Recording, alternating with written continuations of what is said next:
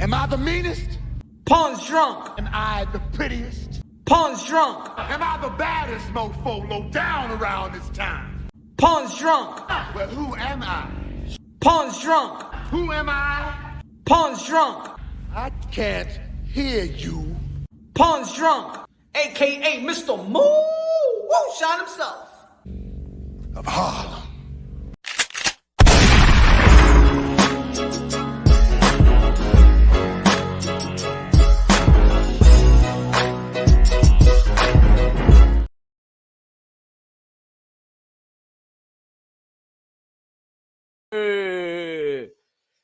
Dímelo, mi gente, que lo que. My friends, everybody. What happened here? Y'all already know this is Punch, Drunk, Boxing, a.k.a. Mr. Moonshine himself. A.k.a. el adobo, el sazón, el borracho, el pastor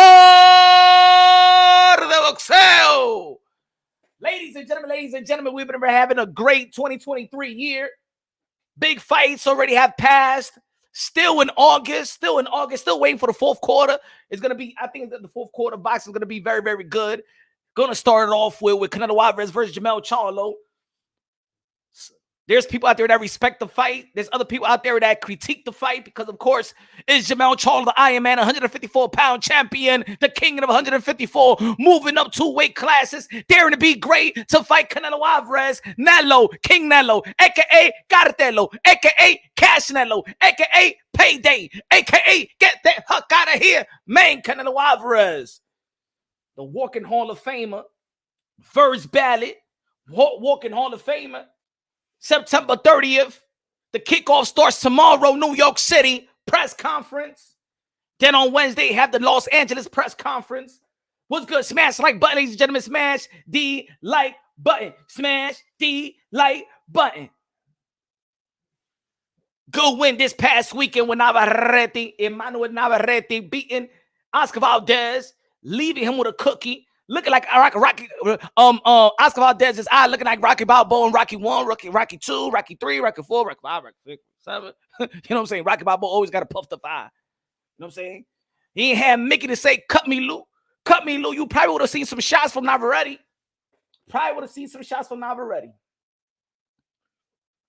Always got to review. Every time I go live, I got to review the epic year of 2023. And it might end with a David Benavidez because it already started with David Benavidez. Of course, we did have Tim Zhu out there in Australia versus Tony Harrison, and it was supposed to be Tim Zhu versus Jermell Charlo, and that was going to really start off the year. But David Benavidez, the Mexican monster, the Ecuadorian monster, the Dominican monster, started off the year fighting Kalen Plant, a fight that's well overdue, a fight that's been marinated, a lot of disrespectful towards each other. It started off with that pay-per-view. Then it went to Gervonta St. Davis versus Ryan Garcia, the biggest fight, the most lucrative fight in the sport of boxing of yet. No, Bud Crawford and Earl of True Spence did not eclipse that, just like I knew it wouldn't. And then it moved over to Devin the Dream Haney with his first pay-per-view event versus Vasily Lomachenko. Vasily Lomachenko, the 3-division world champion. Devin Haney, the lightweight undisputed. And then it moved over to Teofimo Lopez, El Rey, the captain of the generation, the commander-in-chief. Teofimo Lopez versus the former king in 140 pounds, Davies Young, out there in Madison Square Garden. Josh Taylor, Scotland, the skirt-wearing Roddy Piper. Josh Taylor beat him from pillar to post. Then we moved to the fight that we all wanted to see. As a matter of fact, no, I'm sorry. Let me back a little bit. We did have Canelo Alvarez versus Young Ray del Pelagato. We did have that out there in Mexico, sold out on the same day. We did have that. And because of that, we're going to be talking about just a little bit. But because of that performance, maybe Canelo Alvarez is not looking.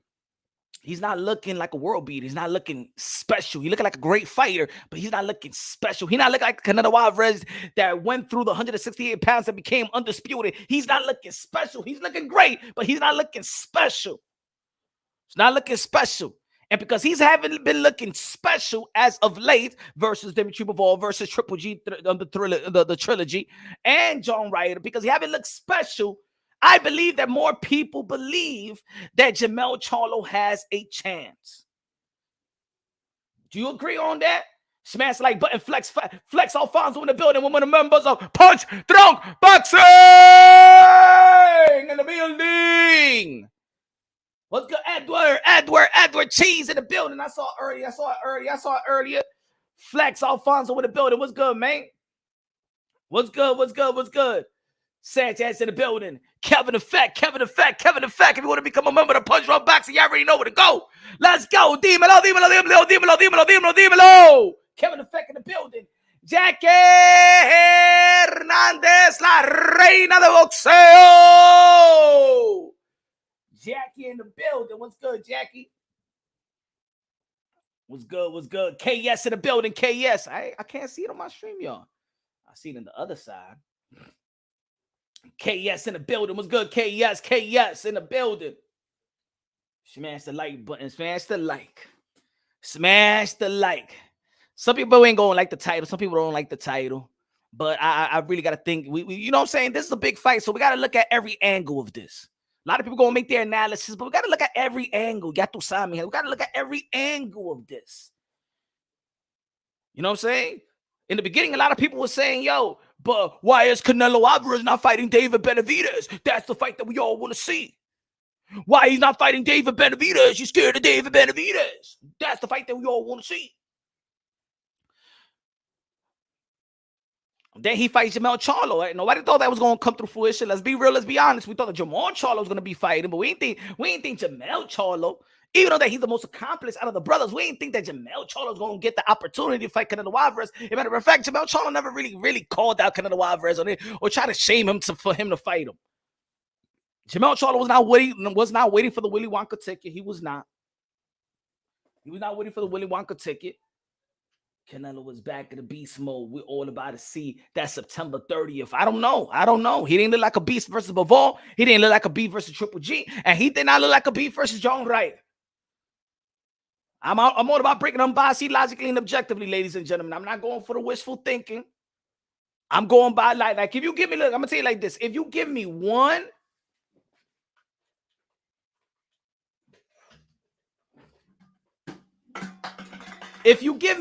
performance, right? If you give me one performance and I say, you know what, you had a bad day. And I'm not saying that he had a bad performance versus Bivol. Bivol is a bigger guy. He went up there to the 175-pound division. He dared to be great, just like Jermell Charlo's going up there to be great, right? To the 168. But he didn't look like the special Canelo Alvarez. He didn't look like the special Canelo Alvarez versus Triple G trilogy, especially in the championship rounds. And when you let the old man, a 40-year-old old man that you're ready for, you're supposed to know Triple G more than anybody in the world. And it feels like Canelo Alvarez did not perform special versus Triple G, the trilogy. And then we gave him the benefit of the doubt, the injury. We gave him the benefit of the doubt. Yeah, we gave him the benefit of the doubt. He has a Texan body, but a lot of boxers have their Texan body. And then the John Ryder fight. I thought that John Ryder would not last 5 rounds with Canelo Alvarez because, to be honest, let's be real. Philip Albert in the building. John Ryder, a.k.a. Pelagato, was there to be taken out. He was there so it could be an exciting fight. It wasn't a little bit exciting fight because, of course, John Ryder was fighting back. But John Ryder is not in the level of Canelo Alvarez to be there more than 5 rounds. He's not in the level of Canelo Alvarez. And when we saw that performance, even though that John Ryder kept on fighting, kept on standing up and stuff like that, he just ain't look special. Canelo Alvarez looked great. He just did not look special. Especial. Albert in the building. One of the members of Punch the Drunker. Albert in the building. What's good, man? What's good, Punch? What's good with you, my brother? Philip in the building. What's good, man? We good out here. We good, talking this boxing-ish. Feel me? Flex, PX, Alfonso said, I think Canelo hasn't been looking special because lack of training hard. If he trains hard for this fight, he will look special, I think.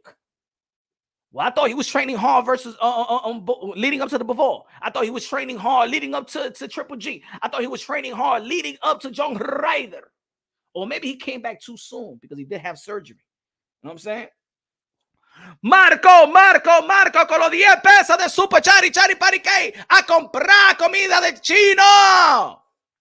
Let's go. Saludo. Greetings to the most objective boxing channel in the industry. Gracias. Thank you, Punch Drunk Boxing. My brother. God bless you, your family, and this is amazing channel. Gracias. You an amazing supporter, my brother.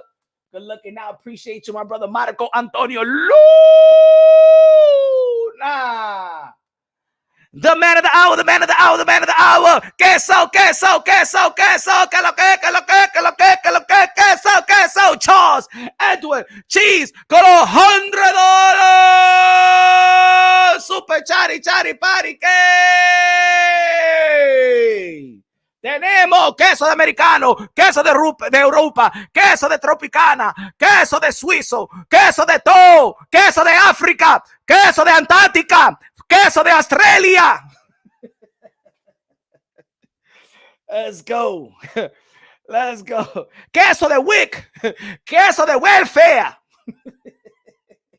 Let's go. Charles and the Cheese in the building. Good looking out, brother. Appreciate that, brother. For the queso, queso, queso. Ain't no mouses out here to eat queso. Does mouse really like queso? I just thought it was like a cartoon and stuff like that. I used to leave some cheese and stuff like that when I had that mouses and stuff like that. I don't eat no cheese.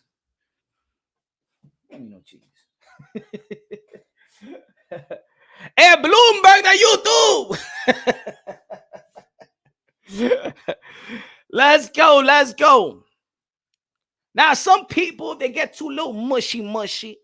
They gonna find this. Oh my God, Punch Run Boxing once again trying to speak negative about Canelo. No, this is unbiased, logically, and objectively. Is Canelo Alvarez, and I say, look, if Canelo Alvarez team looking past Jermell Charlo like the way they did Dimitry Bivol. Nah, Punch, no. He didn't overlook Dimitry Bivol. Oh, yes, they did.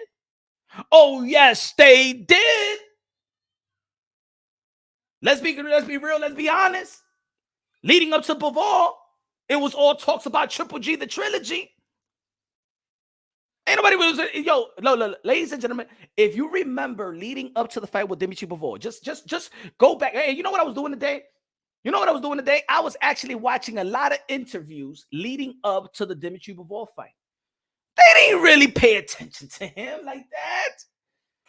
They was trying to promote him like, you know what I'm saying? Like, yeah, we're moving up and stuff like that. But the end game for that deal was always the Triple G trilogy. That was the end game for the Zone. That was the end game for Matchroom. That was the end game for Canelo Alvarez team. Let's be real. Let's be honest. They look past Dimitry Bivol. Now, the question is, did Canelo Alvarez look past it, or did his team look past it? I'm going to say his team looked past it. Let's be real. Let's be honest. They did not have a game plan for Dimitry Bivol. That's number one. Let's be real. Let's be honest. You could go watch the fight time and time again. Canelo Alvarez thought that Dimitry Bivol was going to be easy. The way that he approached the fight, the confidence, hitting him in the arm and stuff like that, try to break him down like he did Caleb Plant, try to break him down like he did Billy Joe Saunders. Thought it was going to be with the same game plan. Let's be real. Let's be honest.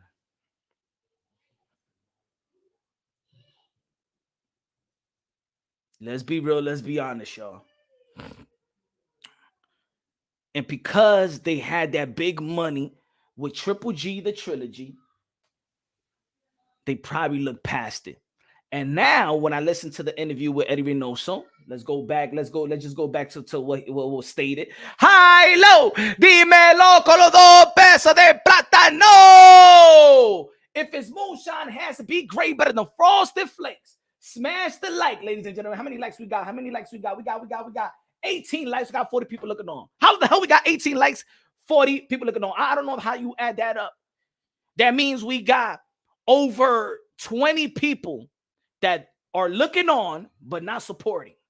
We got over 20, 30 people looking on right now and saying, y este tigre que pucha dronke, diciéndome que smash the like button. Mire, fuck you, pate dronke. I want to see you, but I don't want to support you. You get what I'm trying to say? They say they want to, they looking at Punch. Y'all looking at me right now, but y'all don't want to support. I get it. Yo soy un pelagato, eso es. I don't deserve to smash the like button. That's what y'all telling me, right? 49 people looking on, 26 people smashing the like button. Oh, así como that's how we work, huh? That's how we work. Y'all see the thumbs up, and y'all be like, fuck, I ain't gonna smash no thumbs up.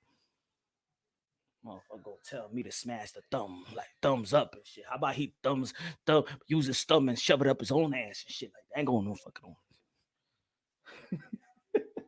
Yeah, I'll tell you, the easiest thing in the world is the hardest thing in the world. You know what I'm saying? It's the hardest thing in the world. Give me 1 second. Give me 1 second, yo.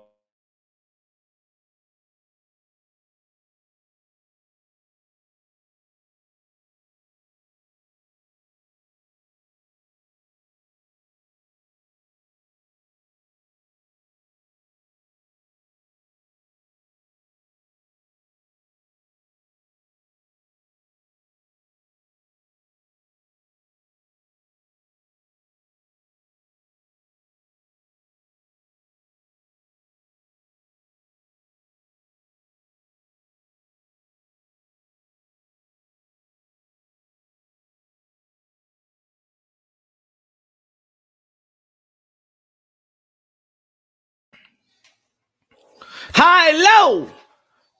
Flex, Alfonso in the building. Flex, Alfonso in the building. What's good? Con los 5 pesos de super chatty, Katie cake. Let's go. A comprar chicken wing con french fry. Dímelo, mi hermano. Smash the like button, motherfucker. What happened to you, okay? Everybody, what happened, okay? Respecting me right now. What happened? Crazy. Coño, diciéndole, esto es como kindergarten over here. It's kindergarten over here. Hey. 29 like and 49 looking on. What happened con ustedes, eh? You gotta take it to kindergarten over here. Once you come to Ponte Drunky, you smash it like, okay? Una pisar, I gotta put it on the blackboard or something like that.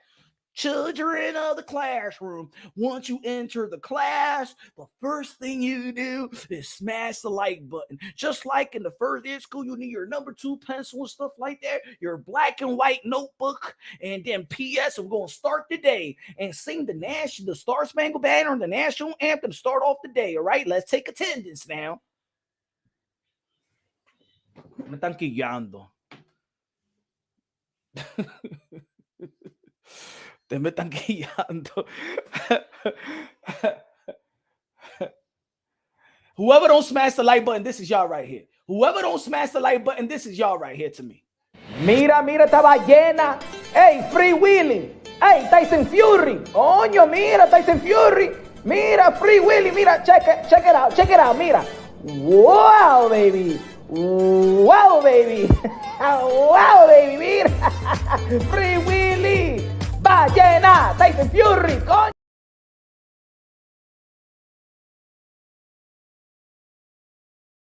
Those who didn't smash the like button, that's who you remind me of.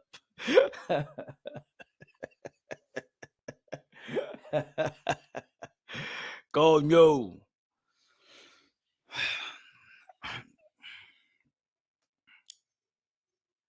Mr. Moonshine, con los 2 pesos de plátano más duro. Mr. Moonshine, the drum boxing nation in the building. What's good, man? Dímelo, high, low. So, my friends, hey, let's put this thing up. Good look at that high, low. Appreciate you, man. Hold on.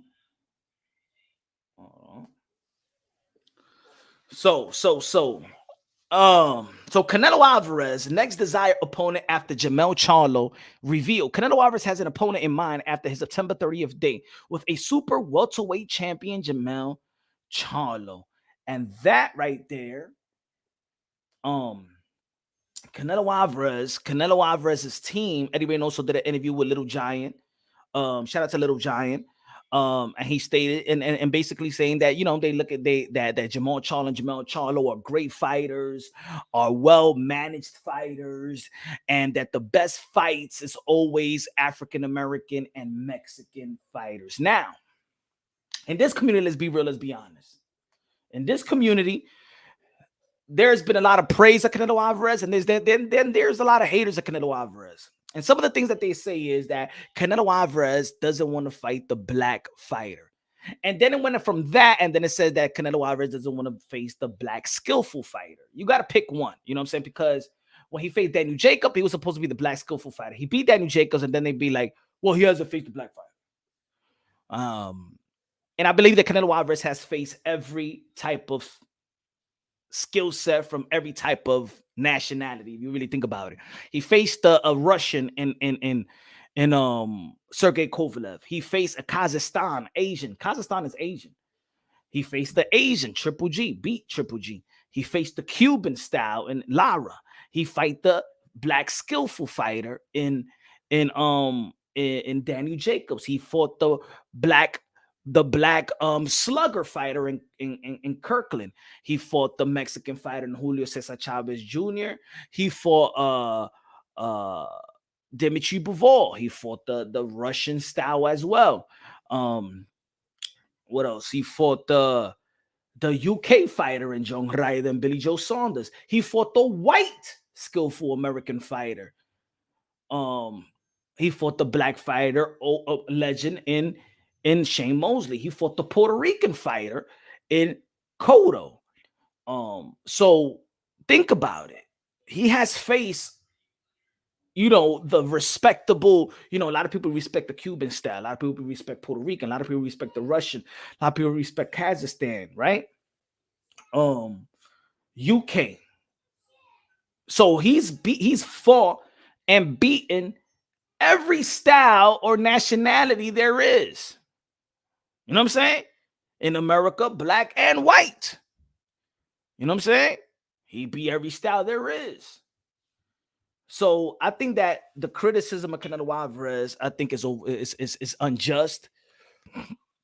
But I think we all collectively know that the fight that we really want to see Canelo Alvarez in collectively, because I like the fight with him and Jermell Charlo, but I'm speaking on in general. I know that the fans and most of the people, most of the pugilists and ex-world champions and legendary champions, networks, everybody wants to see David Benavidez versus Canelo Alvarez. Now, David Benavidez is in negotiations with Dimitri's on Boo Andre, which is a wonderful fight for David Benavidez and Dimitri's Andre. You know what I'm saying? We could do a separate live about them because, of course, I think we're going to be talking about a little more about that potential matchup.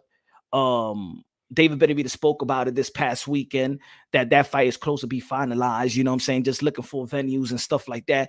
Demetrius Andre is already in camp training. David Benavidez is in the gym training.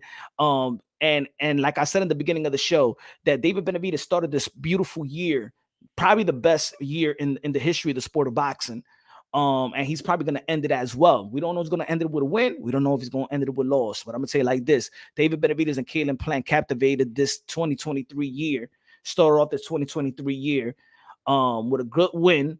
Now I'm going to say David Benavidez did not look like a monster. But there's a lot of good things you could take away from David Benavidez' performance versus Kalen Plant.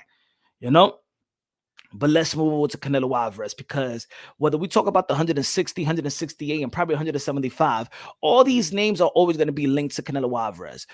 Look, a lot of people don't like it. A lot of people think that everybody just want Canelo Alvarez. Hey, if Canelo Alvarez is the greatest of this era, then everybody should want Canelo Alvarez. If the fighter in 160, 168, and 175 doesn't want Canelo Alvarez, that it tells me that you don't want to be great. So for the people out there that's always saying, well, these guys are just waiting for the Willy Wonka chicken. So these people just want Canelo Alvarez. These people just want payday. Regardless of his payday or a legacy fight, if you don't want Canelo Alvarez, you don't want to be great. If you're in the 168-pound division, you got to call Canelo Alvarez, because at the end of the day, you can mix and match it how you want it. And at the end of the day, it's going to be Canelo Alvarez. So, yeah, you want David Benavidez to fight Kalen Plant 168. We're still going to be talking about the winner going to be fighting Canelo Alvarez. You want Demetrius Andre versus David Benavidez, the winner going to be facing Canelo Alvarez. So, at the end of the day, the names are going to be attached to Canelo Alvarez. You don't got to shame the fighters that's actually calling out for Canelo Alvarez, or want that legacy fight, or want a championship fight, or want a legacy fight, or money, whatever you want to call it. He is the guy. Okay, in 168. Bernice in the building was good. Smash the like you smash your shorty. So, but I feel, is Canelo Alvarez in a win-win situation, or Canelo Alvarez in a lose-lose situation? If Canelo Alvarez, I'm going to say it like this, even if Jermell Charlo loses, but if he loses, like John Ryder, and puts up a great fight, first and foremost, I can see an upset here, ladies and gentlemen. I think that Jermell Charlo got the tools. I believe that Jermell Charlo got the chin. I believe that Jermell Charlo got the will. I believe that Jermell Charlo got the footwork, the counter punching, power off the back foot, could capitalize off the back foot, could set some traps. I believe that Jermell Charlo is for me, got a heavier bag than guys like Earl the True Spence. I said that a long time ago, and I know a lot of people saying, yo, that Bud Crawford, because y'all all hype about the performance, and y'all should be about the performance that Bud Crawford had versus Earl the True Spence. But I'm gonna tell you like this: Jermell Charlo is a whole different type of beast. He's a whole different type of beast than the Earl the True Spence. I'm sorry, I got to keep it real. You've been following the channel. I really was never really that high on Earl the True Spence. I had to give him his props because his resume, he beaten these quality fighters in the welterweight division, but his style to me was never that guy to me. I always thought it was Bud Crawford and Keith Fontaine Thurman in the welterweight division that's going to be the top of the food chain in terms of the ultimate chess match in the welterweight division, in my opinion, because of the footwork, the awkwardness, and you know, say the ability to switch. For me, Earl the True Spence is very predictable. So I never really thought that high of Earl Spence if he got in the ring with the likes of Bud or Keith. I think Jermell Charlo was one of the most devalued, disrespected champion of this era. I don't think he gets his judge due. Look at the ESPN. Look at the panel list. Look at the pound for pound list on ESPN. ESPN supposed to be the worldwide leading in sports. Doesn't even got an undisputed 154-pound champion. And look at the resume. I think that Jermell Charlo also got an underrated resume that he doesn't get the credit where it's due. He got an underrated resume. I don't give a damn if y'all feel, well, the 154-pound division is not all that. It doesn't have all the name. No. The 154-pound division is competition. That's what it is. The thing is with a 154-pound division, it doesn't have that lucrative name. That lucrative that makes a lot of money and stuff like that. But if you look at the division and you look at the name on it, the names, and you look at his resume, beating Trout, beating Charles Hatley when Charles Hatley was good, was that dude. Being the likes of Jason Rosario, being that beat J. Rock Williams, being the likes of Tony Harrison. And to be honest, a lot of people feel like Jermell Charlo won the first fight.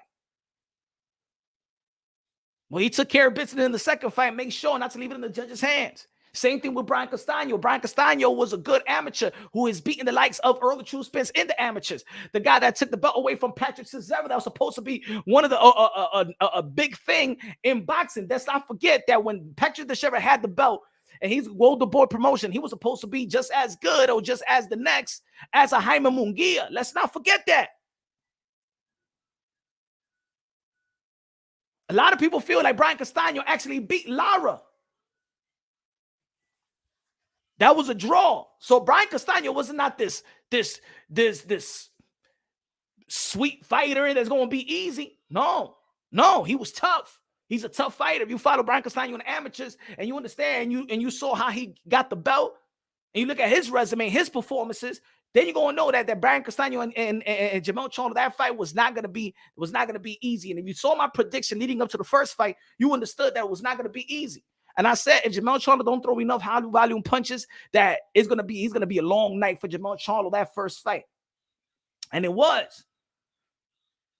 He took care of business in the rematch.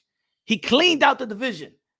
Now, of course, in boxing, there's always something new, somebody new coming up. Now you got Tim Zhu. Now people want to shame Jermell Charlo. That's it. When he was fighting Brian Castaño, Tim Zhu was still on the come up. And then his performance in the first time that he performed in the U.S., it wasn't, César con los 2 pesos. César. Gracias, César. De lo mío.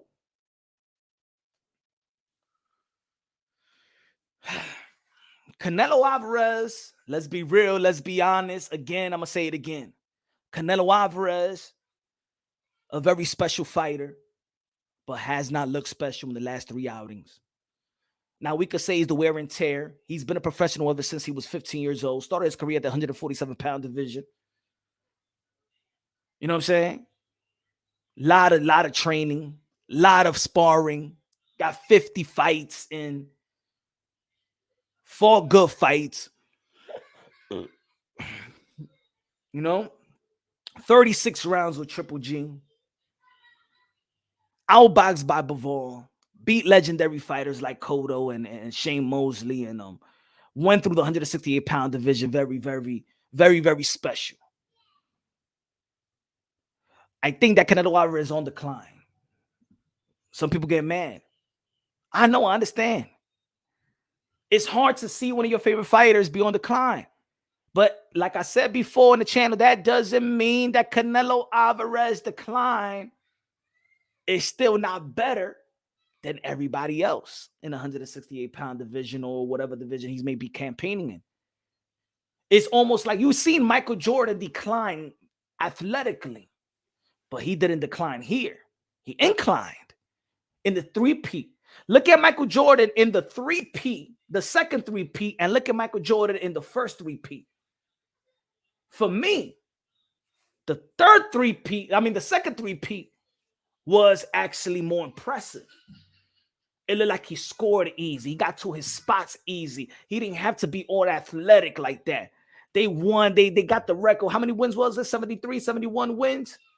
But in the first 3-peat, he was athletic. He was athletic. He was flying everywhere. He was Air Jordan. But you could see the decline.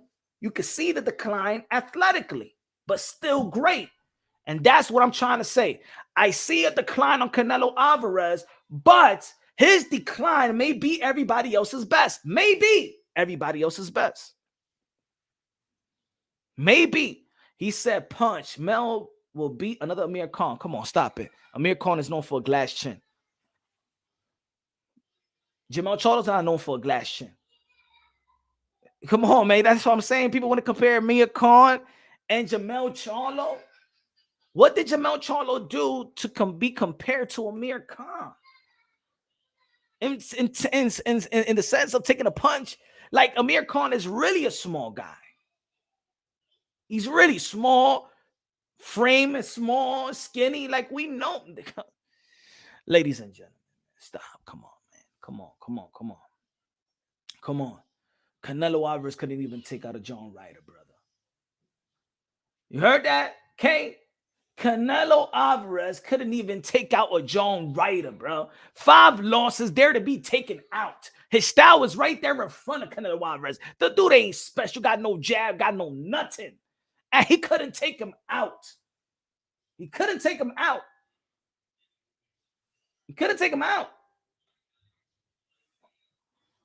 And maybe it has to do with it. Like I said before, that's why a lot of people got mad. Even prior to that, I said, I don't want to see Canelo Alvarez with este pelagato. It's gonna be a lose-lose situation. And if he's looking past Jermell Charlo, if Canelo Alvarez team is looking past Jermell Charlo because they're saying the next is gonna be Jermall Charlo, if you're already looking past it, now all good. Canelo Alvarez has done everything. That's it. He got to cement the legacy. Put it that way. Let's be real. Let's be honest.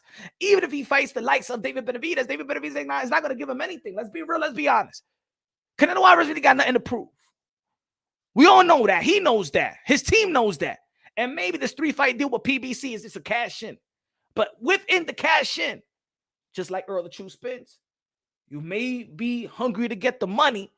You may not be that hungry to compete at the highest level and to be a special fighter. Gut to the building. Gut to the building. Gonna cinco pesos. That's super chat. Canelo has not defended his titles with another elite 168 since he won the belts. Not cool. I love Canelo, but Jermell is a beast. I'm rooting for Charlo.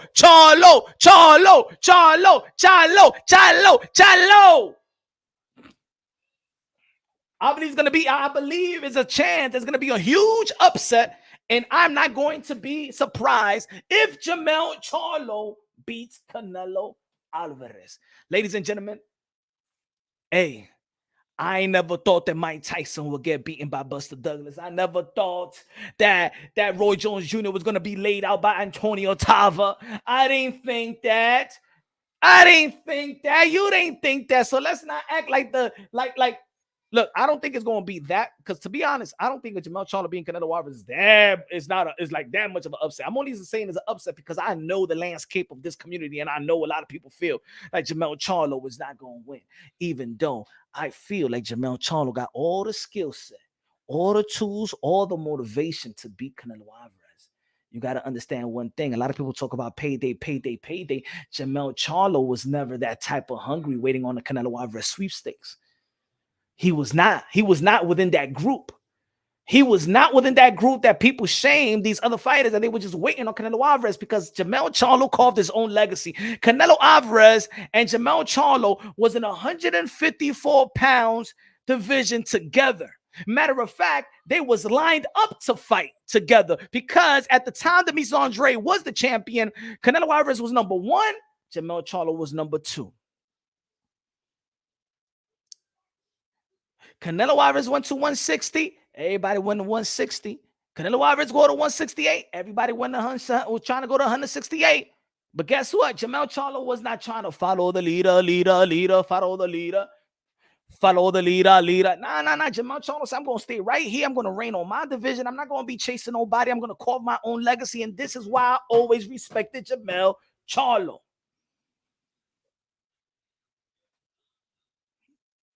Matter of fact, they picked Jermell Charlo. They handpicked Jermell Charlo. Why, out of everybody named Dimitry Andre, David Benavidez, Jermell Charlo, Jaime Munguia, Bivol rematch? Why Jermell Charlo? And a lot of people feel like maybe that pick, out of every pick, man, they even had more. People said more about a potential Earl Spence versus Canelo Alvarez than anything. I put it this way. Remember, I just mentioned Buster Douglas and Mike Tyson and Roy Jones Jr. and Antonio Tova. 98% of the people in this community, and I'm only going to say the 2% maybe thought because they just hated Earl True Spence. Nobody thought that Bud Crawford was going to do to Earl Spence what we saw that day. Nobody. Now, you could pick that Bud Crawford was going to beat Earl True Spence, but ain't nobody thought it was going to be that easy. The only people that's going to say, I mean, I said that, no, because you hate Earl True Spence and you hate the people that pump Earl Spence in this community and stuff like that. I don't want to hear that mess. Ain't nobody thought that Bud Crawford, it was going to be a landslide. It was going to be a one-way street. Bud Crawford, Earl True Spence. Nobody thought that Bud Crawford was going to be Earl True Spence in 7 rounds from pillar to post like Tyson Fury beat Deontay Wilder in the second fight. Matter of fact, that was worse. Bud Crawford beating Earl True Spence was worse than Tyson Fury beating Deontay Wilder in the second fight. Nobody. No, don't be Albert Einstein. Don't come over here and be a genius and be like, no, I said that, Punch. I said that. No, I said that. I knew that was going to happen. Shut the F up. You maybe thought that Bud Crawford, but I thought Bud Crawford was going to win. But I didn't think it was going to be that easy. That shit was easy. Easy. But a lot of people thought highly of Earl True Spence. They thought so highly of Earl True Spence that maybe they had a chance to see a Earl Spence down the line with a Canelo Alvarez. And now you don't even mention an Earl Spence name with a Canelo. That shit ain't even in your mind no more. That's how fast boxing works. That's how quick it is. It'll change your mind just like that. Just like that. One fight. Just like that. Canelo Alvarez have not looked special in the last 3 fights. Jermell Charlo got a long layoff. Jermell Charlo's moving up. Those are the things that he's going to have to get accustomed to right away in that fight. The weight and the layoff, the sharpness, the timing, the weight, the rehydration of Canelo Alvarez, because probably in the rehydration of Canelo Alvarez is going to be waiting 185 probably. A little under than that, but 180 plus. Jermell Charlo haven't been in the ring with somebody like that that's going to rehydrate just like that. Canelo Alvarez is accustomed hitting bigger guys. Pause. And Jermell Charlo is used to being the bigger guy. Pause. But I believe that Jermell Charlo has the intangibles that I've seen Canelo Alvarez in the last 3 fights struggle with. Canelo Alvarez does not move the same. Canelo Alvarez looked like he got a shot knee. Canelo Alvarez stamina is not where. Look, I'm gonna tell you, let's be real. Canelo Alvarez fans, I'm a Canelo Alvarez fans. We all know that Canelo Alvarez back then have problems with stamina, and he fixed that up. He fixed the stamina up, but that has reappeared. And not only that has that problem, that issue has reappeared, but it's worse than ever. Because the guys that he's getting tired of, when he said he was tired versus Triple G, El Viejo, the old man, the guy that does the move that he just flat-footed, you got tired of Triple G. I understand you getting tired of the mobility and the output of Bivol, but you got tired of Triple G. You got tired of John Ryder and the mobility of Charlo and the power punches of Charlo. Canelo Alvarez, if his stamina is not up to par, Canelo Alvarez will lose to Jermell Charlo. I'm saying it here. I'm saying it now. If Canelo Alvarez's stamina is not up to par, he will lose the championship versus Jermell Charlo. And he will take punishment. And I don't think that Canelo Alvarez is going to go down, but he's going to take a hell of a punishment. And somebody's going to be like, yo, damn, stop the fight. High low, dímelo con los 2 pesos de plátano. Mr. Moonshine, el adobo, la sazón, el borracho, el pastor de boxeo. Gracias de lo mío. You don't think so? You really think it's going to be a cakewalk? Who thinks Jermell Charlo versus Canelo Alvarez is going to be a cakewalk? And you tell me why. Skillfully. I don't want to tell you. Don't give me the feelings. Oh, no, Jermall. Canelo Alvarez is good. Who the hell Jermell Charlo be? I mean, look at the people in his resume. Look at the people at 154. Canelo Alvarez is different. Yo, but Charlo lost to Tony Harrison. But Charlo, he really lost to Brian Castano. I don't want to hear that little feeling stuff. I'm talking about technical, styles, technical, jab, power punches, footwork, defense, intangibles, timely adjustments. I want to know the technical side of things. You tell me why Jermell Charlo don't have the skill set to beat Canelo Alvarez. You tell me. Tell me. Match him up. Does Canelo Alvarez got good? Who got better defense? Canelo Alvarez, Jermell Charlo. Who got better footwork? Who's good at the back foot? Who's a better counter puncher? Who throws the jab better? Throw the jab to the solo plex. We seen Jermell Charlo stop a dude with a jab. We seen Jermell Charlo knock out Jason Rosario with a jab to the solo plex that made him call it the Holy Ghost.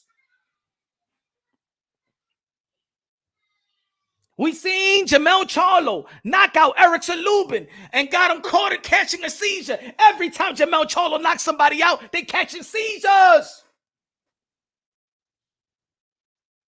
But people want to bring to me, but Jermell Charlo lost to Tony Harrison. He knocked out Tony Harrison in the rematch. Don't talk to me about, work. Yo, but he really lost to Brian Castano. What he did to Brian Castano in the second fight. Off the back foot.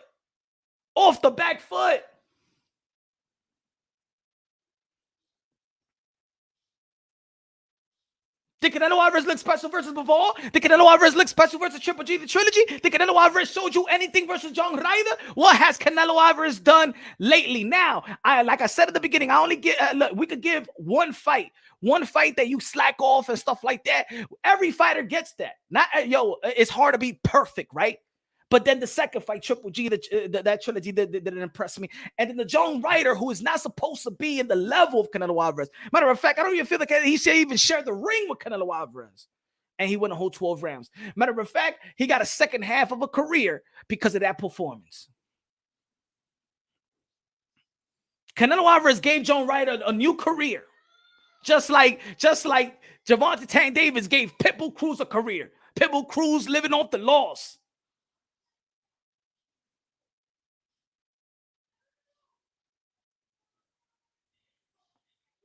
It took two.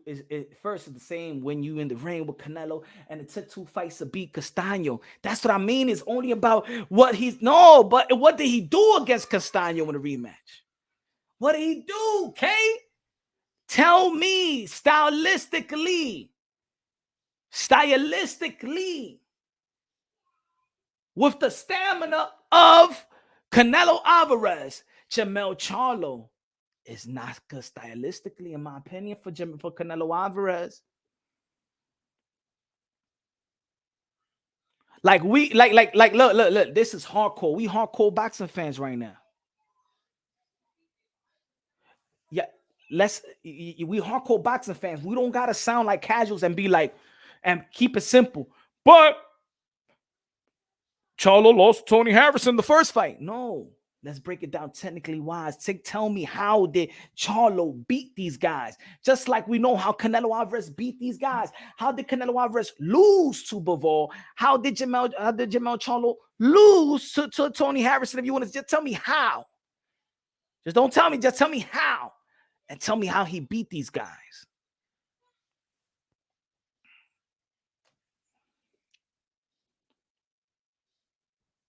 Guts, Canelo pass out. Look at out, Guts. Canelo fans versus Tank fans punch. Who is worse? Oh, man. Canelo fans versus, well, I'm not going to say Canelo fans because I feel like there's good Canelo Alvarez fans. You're talking about Guts, the fanboys, the toxic ones. I think there's Tank fans really got nothing to stand on. Where Canelo Alvarez fans, or they could go back at a bunch of narratives. I feel like Tank fans got nothing to stand on because Tank Davis don't got a legacy to stand on. But I think the fanboys with Canelo Alvarez, I'm not talking about the fans of Canelo, remember, I'm talking about the fanboys.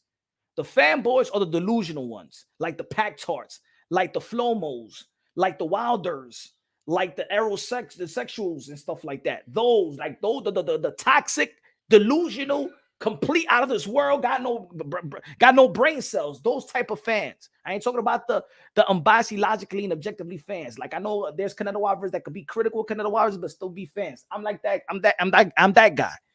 But the fanboys, I think with Canelo Alvarez fanboys, they're so into debunking everybody, the hate of Canelo Alvarez, that they start hating other people premature just because they hate, and they always trying to defend whatever narrative there is. Not defend the narrative, but debunk the narrative there is with Canelo Alvarez. So they start hating on every other fighter. They start hating Benavidez, Jermell Charlo, Dimitry, everybody that's linked to Canelo Alvarez. They hate them, but they really hate the people that create the narratives.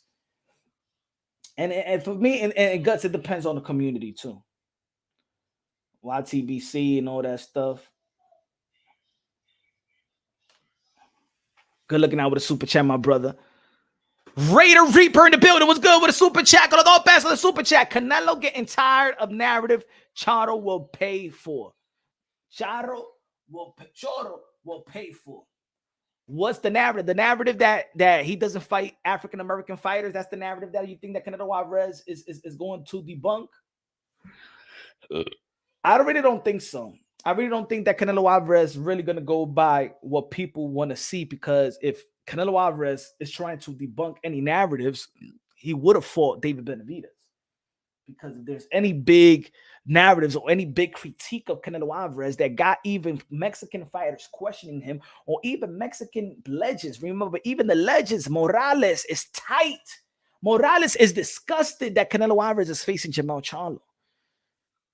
Little by little, you could see the Mexican legends. You could see little by little in their interview, you could see that little distaste of Canelo Alvarez. I'm seeing it more and more and more.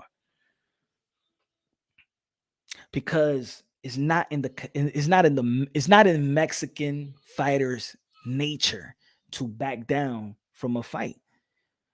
That's why people respect Oscar Valdez, because Oscar Valdez fought Miguel Burche. He fought Navarrete. You know what I'm saying? Even though he got his ass whooped with Navarrete, but he beat Miguel Burchell. But Mexican culture, this Mexican, even Ray Martinez, he said, what? Let me get who he fought? Chocolatito. He stepped up to fight Chocolatito. He stepped up. He didn't need to. Bam Rodriguez. He didn't need to step up to fight Cuadras. And Roverson, he need to stand up. It's volunteer. People are seeing it a little bit, and that's Canelo Alvarez. People. He don't want to pass the torch to another Mexican, you think?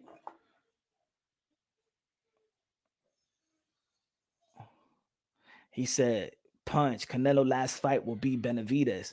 By saying that, K, though, you looking past the opponents, though. That's what I mean. I've been hearing that lately, too. I've been hearing people say that lately, my brother.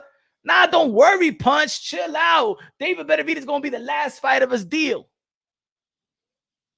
Oh, so you think that Canelo Alvarez is going to run through these guys and then that's what Canelo thought when he had the deal with the Zone. He thought he was going to just run through a Dimitry Bivol, get to Triple G, the trilogy, and it wasn't that easy. You see what I'm saying? And it happened in the first fight. You know why? They picked the first fight to be what they thought it was the easiest fight.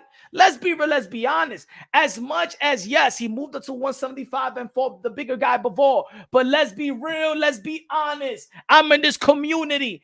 Many thought that it was going to be easy for Canelo Alvarez for Bivol. We look past Bivol.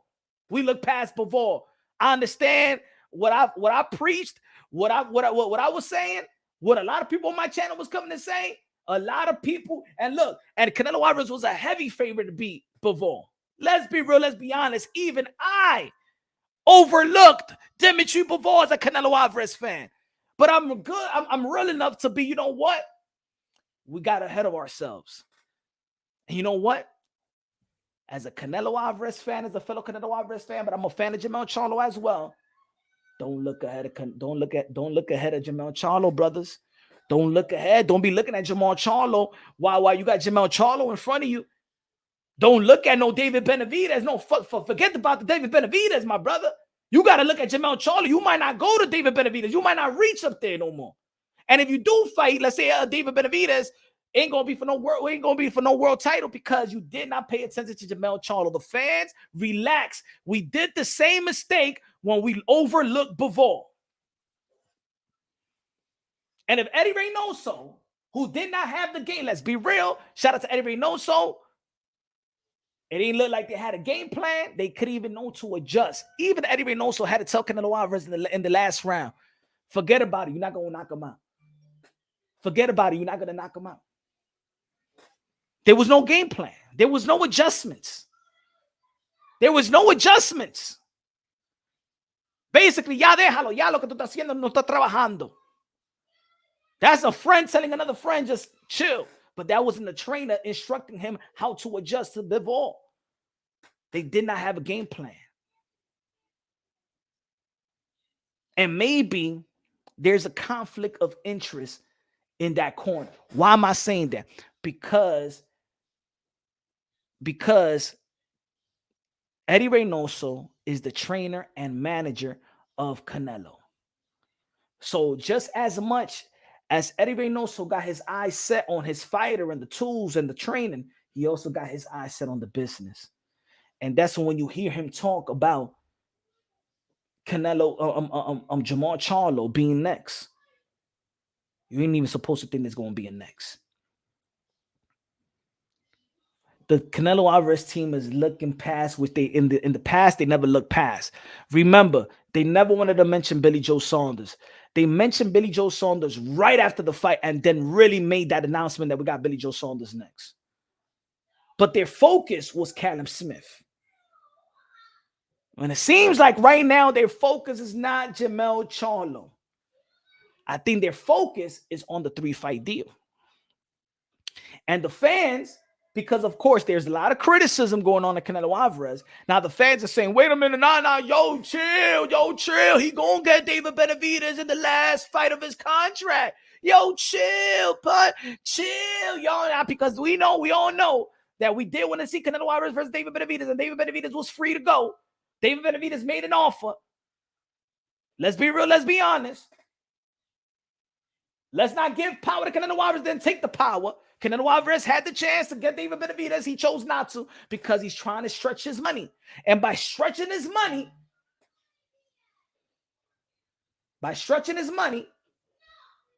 first, even though that he's going to get his money regardless versus David Benavidez, but he's trying to stretch his money. I think they're looking at Jermell Charlo more as a business decision than a legacy fight, than a good fight, than the right fight. And if you're going in there with that type of energy, Canelo Alvarez is going to have his Roy Jones Jr. moment. Listen to what I'm saying, folks. Canelo Alvarez, September 30th, may have his Roy Jones Jr. moment. What am I talking about? Roy Jones Jr. moment. Roy Jones Jr. had nothing to prove. Roy Jones Jr. had nothing to prove after becoming heavyweight champion of the world.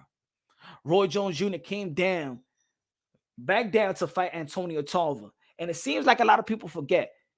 Roy Jones Jr. beat Antonio Tarver the first fight. But looking at the performance and look at what Roy Jones Jr. was doing. Roy Jones Jr. was playing basketball in the CBA. Roy Jones Jr. focused, that's it. It was because the checks was on the table that he's going to continue fighting. He wasn't 100% into boxing no more. He was making business decisions, not legacy decisions. When you are a legacy fighter like Canelo Alvarez made legacy decisions. Now he's making money decisions. That is going to might bite him in the ass. Do not be surprised. September 30th, Canelo Alvarez, the 4-division world champion, super middleweight undisputed, is going to catch his Roy Jones Jr. moment. And a lot of people going to be like, wow, why didn't see that coming? And I'm going to tell you like this, Punch Drunk Boxing told you.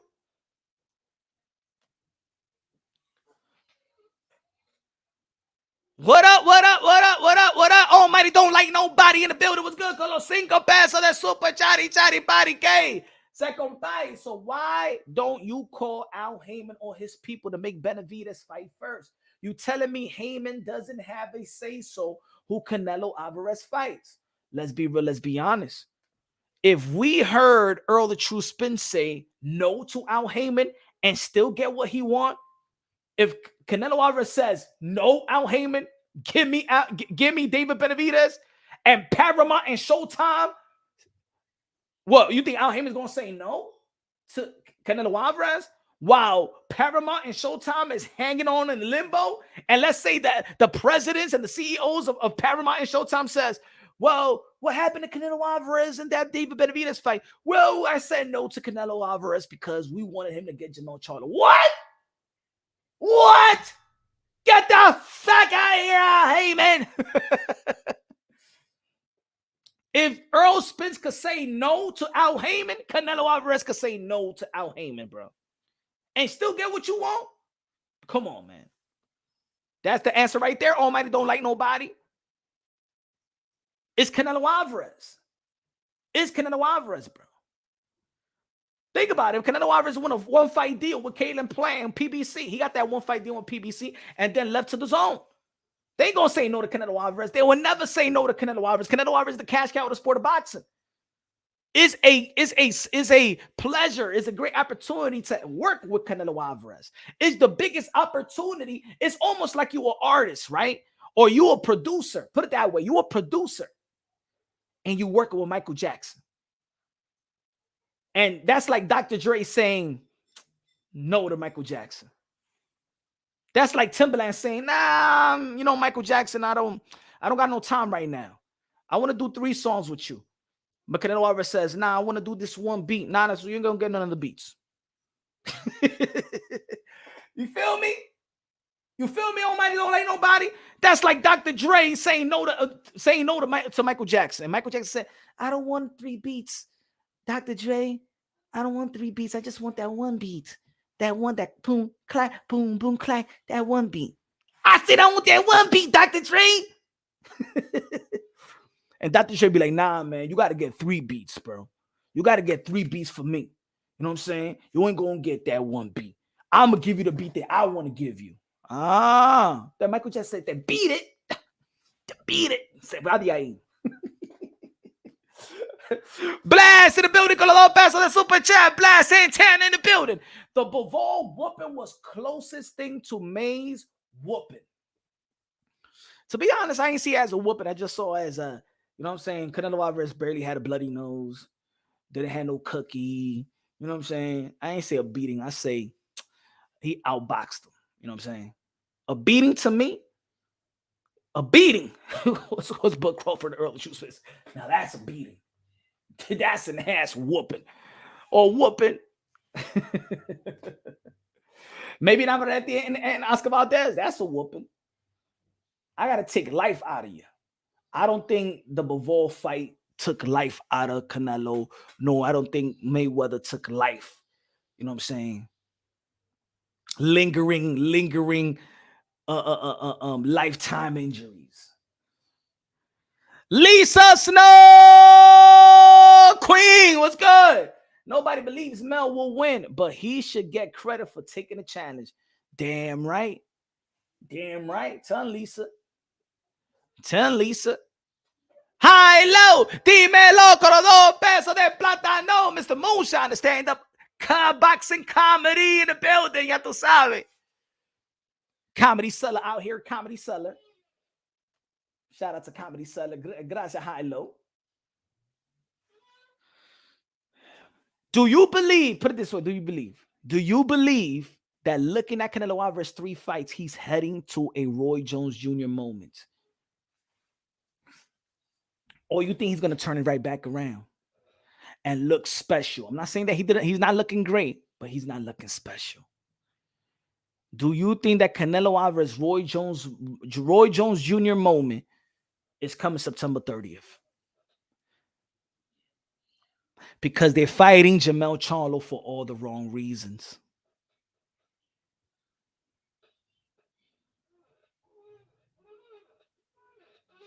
I think so. I mean, I like the fight, but every motivation, comfortability, growth.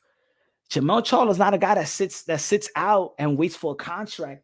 Jermell Charlo stays in the gym, y'all. Jermell Charlo is not Earl the True Spence that just get ready for when there's a contract. He is no Keith Thurman. He is not what you call these. He's not Andy Ruiz. He's not your quote unquote PBC fighters. He is not Adrian Broner. He's not this guy that they just go out there and party and do nothing and drink and eat and stuff like that. Jermell Charlo stays in the gym. You ain't never seen Jermell Charlo out of shape. Jermell Charlo breathes, eat, shit, boxing. Like, which I give credit for Buck Crawford. That's why Jermell Charlo is who he is. That's why Jermell Charlo is who he is. He's not, let's be real, he's not his brother. Every time when you have people that shame his brother, you know what I'm saying? Y'all compare him. No, thank you.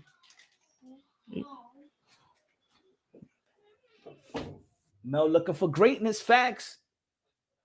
Reaper said, nah, punch. Canelo counter punch, right hook, KO 5th round. Aim, y'all really think that Jermell, damn, Raider Reaper, y'all really think it's going to be that easy? Like I'm here, 5th round? Damn, 5th round. That means y'all look at him like he's a Amir Khan or something. Really, 5th round KO. But John Ryder last 12 rounds. Damn. Wow. Is that what you wanted? Come on, Reaper. 5th round. 5th round. Julio Cesar Chavez Jr. last 12 rounds with Canelo Alvarez. 5th round?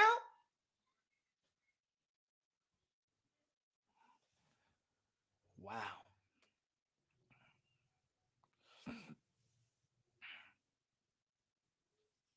Callum Smith? What round did he beat what's his name? What's his name? The guy that he fought Yildirim. What round he beat Yildirim in? So it's like that. Jermell Charlo is just as good as Yildirim.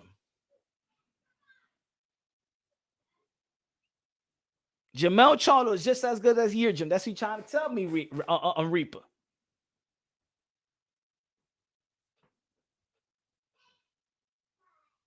Lisa Snow said Mel would look slow with the extra pounds. I think they're working a lot on mobility right now. Of course, with Joanne Guzman, you already know, man, he's doing a wonderful job with Jermell Charlo, and I feel like he added more to his toolbox.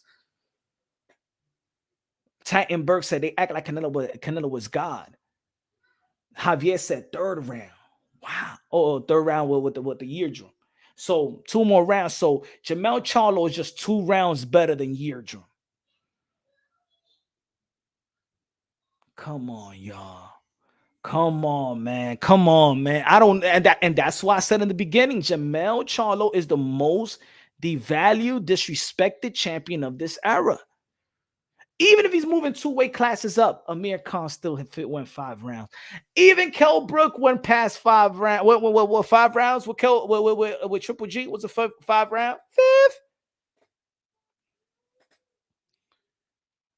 I think Jermell Charlo got a lot of durability. I think Jermell Charlo is tough. I think Jermell Charlo have grit. I think Jermell Charlo could work off the back foot and the front foot. See, I'm gonna tell you like this: if Jermell Charlo wasn't good shooting his shots and counters combination too off the back foot, damn, let me see if I got this video. Damn, I took it out. I really wanted to show y'all this, and I put it on Twitter. Let me see if I still got it here. I really want to upload this.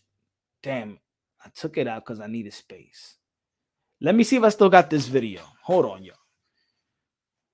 I think I took it out, but let me see if I still have it. Let me see if I still have it.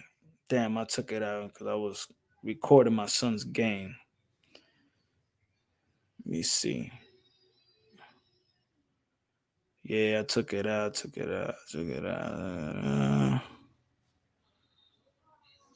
Okay, this one.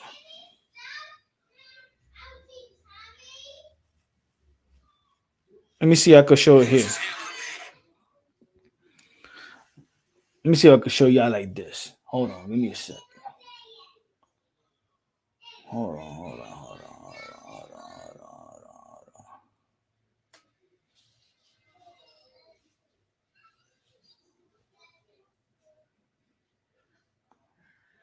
Hold on, give me a second.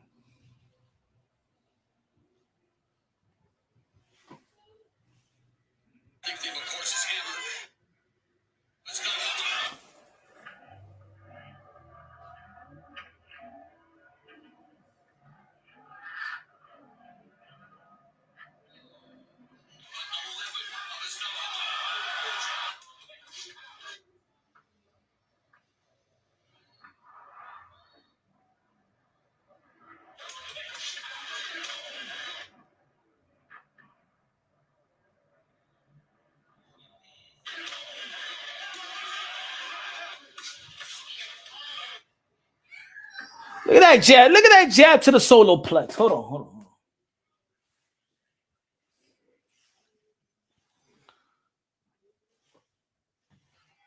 Let me see if y'all can see it better like this.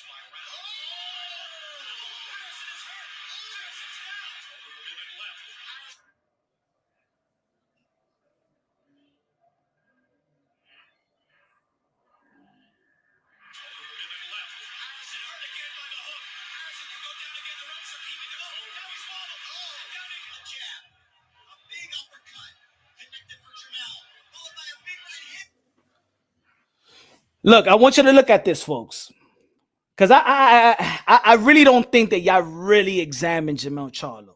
I really don't think y'all really understand Jermell Charlo. Look at this sequence. And I put it in slow motion. I put this in slow motion so y'all could see. Look at the sequence of how he works off the back foot, off the ropes. And I know you're going to be like, Well, Brian Castano is not Canelo. Look at the skill set. Look at how he does this. Look.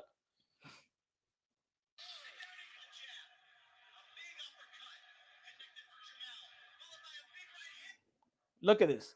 Steps back, uppercut, opposite side, dips, pulls, steps side, boom, counter with the right. Jab. Right. Bro, a lot of fighters can't do that. I think a lot of people really don't understand what Jermell Charlo does in that ring. Look at it again. Look at it again. Look at it again. I want you to tell me which fighter today, off the back foot, could do it, and I'm putting it in slow motion. Look at it in fast motion. It looked like it's just simple. But then look at it in slow motion. I'll put it in slow motion for you.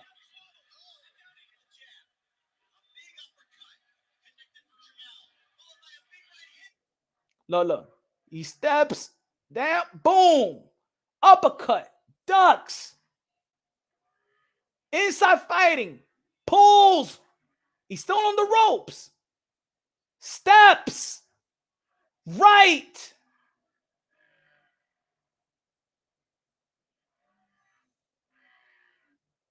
Y'all don't understand. Y'all don't understand. Y'all don't understand the tools that this guy got. Y'all don't understand this tools that y'all guys got. I'm telling you, Jermell Charlo's a different beast. He's a different beast. He don't get the credit that he deserves. He's been overlooked. He's been devalued. He's been disrespected. He's been all of that. I know in this community, there's a community out there that hate PBC. So y'all hate Jermell Charlo. Y'all hate how he talks. Y'all hate everything. Y'all don't put him on pound for pound list. Whatever. I'm telling you. Is Charlo racist for racially abusing Caleb Plant? Kevin from Chicago. Go look at that. Kevin from Chicago's kid. Charlo racist for racially abusing Caleb Plant. I don't think that Jermell Charlo was racist. I think that in society, because of the history of this country, I think that certain black folks feel they have the green light to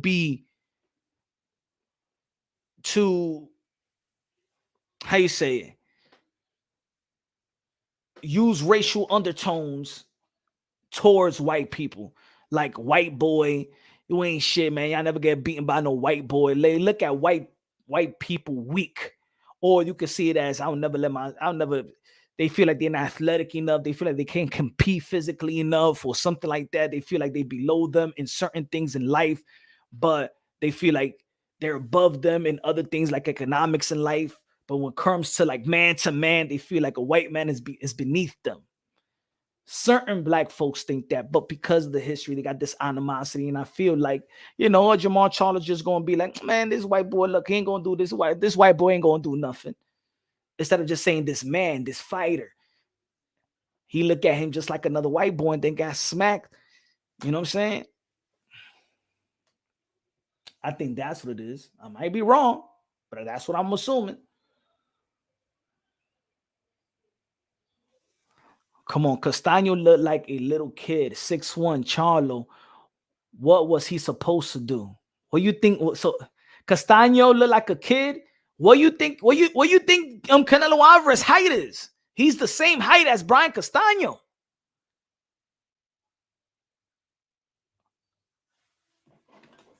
Yo, Jermell Charlo hurts you with any other punch in different ways. You ain't never seen Canelo Alvarez hurt somebody with a jab. You seen Jermell Charlo do that. You seen Jermell Charlo do that. The same thing when Jermell Charlo, he would look down thinking that he's going to throw that left hook to the body and throws a left hook up top. Canelo Alvarez does that beautiful. Canelo Alvarez knows how to do that beautiful where when you think he's going to go to the body and then he shoots that left hook to the top. There's a lot of wrinkles to this game, and I've been saying that for a long time. I'm going to keep on playing. Look. And that was coming off the back foot, off the ropes, right? Look, left hook. Look, blocks, ducks, left hook. Ducks 2 punches. Stays his ground and hurts him with a left hook. Look, boom. Boom, body shot, left hook. Stay right there toe to toe.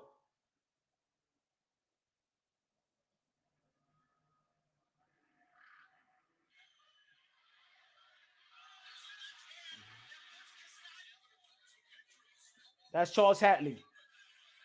Look at the combination. Look at the combination punches.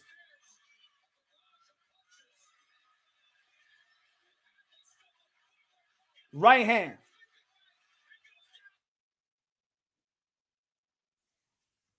Charles Hatley was one of those Texas dude, Texas breed. Charles Hatley was the man back in the days. Matter of fact, Charles Hatley out there in Texas was ringing more bells out there in Texas than the Charlos. I know Charlos from Louisiana, but Charles Hatley was ringing bells. Jermell Charlo got power in one hand. Got power. He could shut you down with one shot. Left hook, right hand, straight right, one jab, uppercut. Y'all been saying it for a long time, and if y'all been following the channel, there's been people out there that come to my channel, oh, Punch, you want Charlo's dick, you want Charlo's, because I can never give credit to any other fighter. Y'all want me to be like other channels. Some people out here want me to be like other channels. Y'all just want me to diss every other fighter just for your entertainment. Nah. Jermell Charlo always been the goods. Jermell Charlo always been the goods. Jermell Charlo for several years been on my pound for pound list. For several years, top 5 on my pound for pound list, top 6, top 7 on my pound for pound list.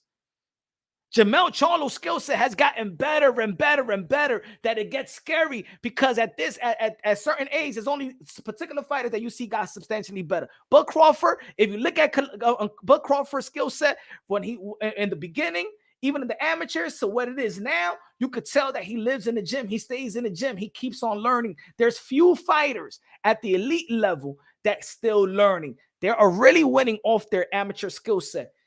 Earl the True Spence never added anything to the toolbox anymore. That's the difference. A guy like Earl Spence fight the same way. Go look at Earl the True Spence in the amateurs and look at him now. Same way. Fights the same way. There's certain fighters that stays in the gym and they're students of the game. Jermell Charlo, he's not sitting around waiting on Derrick James while he trains Earl the True Spence, Ryan Garcia, Anthony Joshua, Frank Martin. You know what he does? All right, you got a lot of people. I got my man Joan Guzman. Canelo, Jermell Charlo has an in-live trainer. I am telling you, folks, he's going to walk into something that he never thought, or his team never thought. They thought it was going to be easy. They thought they're going to capitalize off this 3-fight deal and go from easy to difficult, and it's going to bite them in their ass. Canelo Alvarez may go through his Roy Jones Jr. moment, because this 3-fight deal and this pick has nothing to do with legacy. It has everything to do to stretch the money.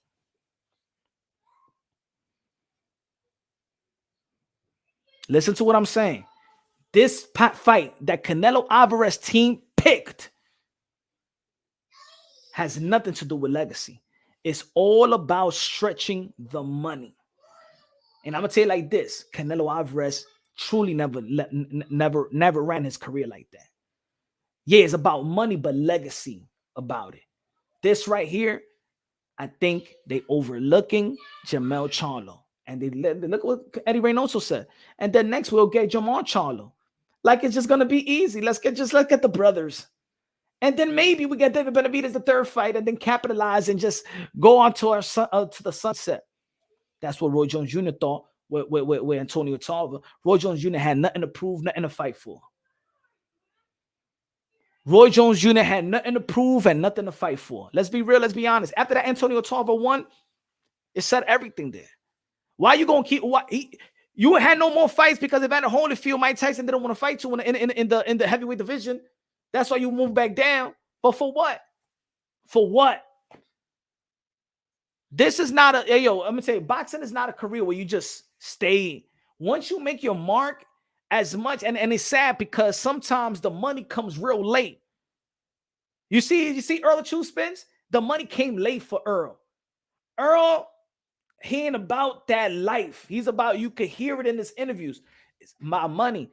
I'm about to, you remember when Brian Custer, even Brian Custer was trying to make him look good when he was saying, remember Brian Custer asked Earl of True Spence, y'all remember in the Olympic, this was supposed to be your dream. And Earl of True Spence looked at him and said, huh? I don't know who you was talking to. I always say it was about the money. Now you see what happened, how Earl of True Spence lost. He was not prepared for no Bud Crawford. And what I said leading up to the fight, Bud Crawford is a whole different type of animal. He stays in the gym. Now, Canelo Alvarez stays in the gym. Canelo Alvarez doesn't go, after 2 weeks after his fight, he'll go to vacation. He comes right back in the gym and stuff like that. I think that Canelo Alvarez put so much trust in his team that I think his team is not working simultaneously with what Canelo Alvarez is all about. And I think that Canelo Alvarez trusts Eddie Reynoso so much that's like his brother, that he feels like anything Eddie Reynoso suggests, he'll do. Eddie Reynoso suggested the Makabu fight. Remember what Canelo Alvarez stated, right? Or I'll do whatever Eddie Reynoso tells me what to do. Remember? You remember when Canelo Alvarez said that? I didn't think about that fight. I don't know that fight. I don't know that they was gonna do that petition. But if Eddie Reynoso feel like I could beat him, I'll do whatever Eddie Reynoso wants me to do.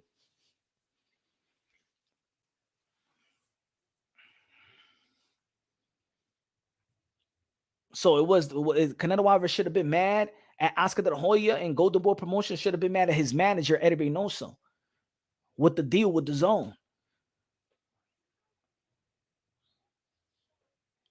I know that Canelo Alvarez ain't picked Bivol. They picked it for him. Eddie Reynoso picked Bivol for him. We never heard Canelo Alvarez scream Dimitry Bivol, but his team feel like to stretch the money.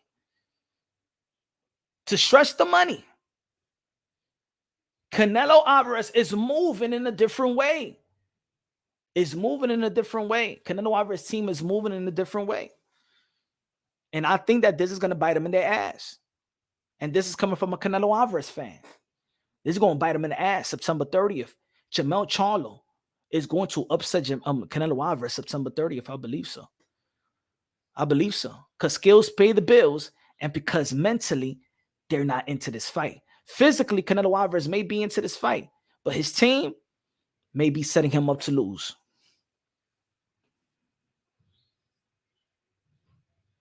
Tio versus Gary Antoine Russell. Love that fight. Oscar Valdez fights exactly like Canelo. Exactly. And that don't help him. It's not good.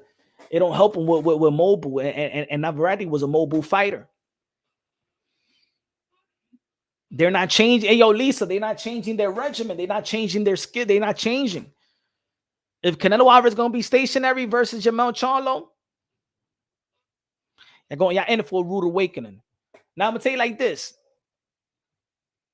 As much that skills keeps Canelo Alvarez winning, it's also his chin. That's the reason why I see this fight also going the distance. Canelo Alvarez's chin is I think the best of this era. Canelo Alvarez has a beard, and there's the reason why Canelo Alvarez can move up to the 175 pounds and not get, not get knocked down or wobbled or really hurt by Bivol, by Kovalev, by Triple G and stuff like that. He could take a punch. If he could take those type of punches, I believe he could take Jermell Charlo's punches. Jermell Charlo have to overwhelm Canelo Alvarez. He has to throw. The only critique I really have with Jermell Charlo, he don't throw enough punches, and I feel like that's why it was a close fight with Brian Castaño in the first fight. But as soon when he throws more punches, Jermell Charlo is deadly. When Jermell Charlo dictates the pace, movement-wise and output-wise, it's hard to beat Jermell Charlo. And yes, Jermell Charlo beats Bud Crawford. I say right here, right now. I don't give a damn what anybody's saying. That's my prediction. If Jermell Charlo ever fights Bud Crawford, matter of fact, if he ain't had the Canelo Alvarez fight and Bud Crawford versus Jermell Charlo next, I have Jermell Charlo beating Bud Crawford. I know a lot of people is on the Bud Crawford train, is all high. I'm all high on Bud Crawford. Skill set, always high on Bud Crawford. But I also been high on Jermell Charlo's skill set. And I think he's a whole different type of beast. Agent said Mel going to sleep. I don't know. I haven't seen Canelo Alvarez put anybody to sleep, bro. I don't know that. That sounds cute. That sounds good. He ain't put nobody to sleep. Canelo Alvarez, one-shot power is overrated. He's not. He's a break-you-down fighter. Canelo Alvarez is a break-you-down fighter.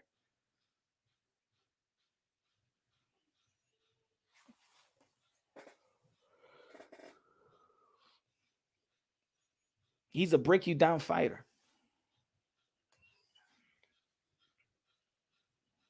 Blast Santana con los 5 pesos de Super Chat said, I think Canelo was playing possum for the third fight deal for low bros, Benny, Boo Boo to shut everyone up. This fight will either prove me right or wrong.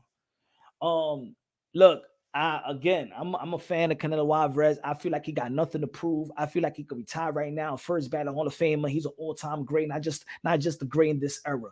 I think he carried the sport of boxing when somebody really needed to carry the sport of boxing, when a lot of people was really lost faith in the sport, and Canelo Alvarez was out there active, doing great things, legacy fight, accomplishing undisputed. Could have been the first 2-division undisputed if he would have fought Dimitry in 160 and probably would have won that fight if he would have won that fight, and then move in the future and did and accomplish whatever he accomplished. He could have done that at the age of 29 and 30, but his team chose otherwise.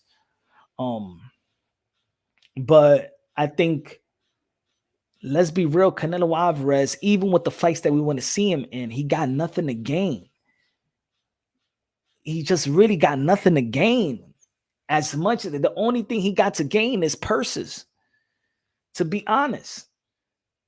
If he beats Jermell Charlo, they're going to say he was just fighting a 154-pounder. If he beats his brother, they're going to say he's been out the ring for 3 years, that he wasn't even that. Said a lot of people lost faith on Jermell Charlo due to his inactivity. If he beats David Benavidez, he'll beat a guy that everybody wanted him to get in the ring with, but then it'll be like Gervonta Davis and Ryan Garcia. You don't earn anything by being David Benavidez. He didn't earn a title, but an ex-world champion. Canelo Alvarez, and I said this a long time ago, he's in a position where he got really nothing left to prove and really nothing left to do. Nothing really left to gain, unless if he goes to 175 pounds, fight a winner of a Beterbiev and Bivol, the rematch, and then he goes out there and try to be an undisputed. He really got nothing left to prove. And with that, you may be fighting for all the wrong reasons. Morally, besides the money, as prize fighting, of course, you got to fight for money as well. But there is no more legacy fight that's going to enhance his legacy substantially. And his team knows this, so they need this fight to stretch the 3-fight deal.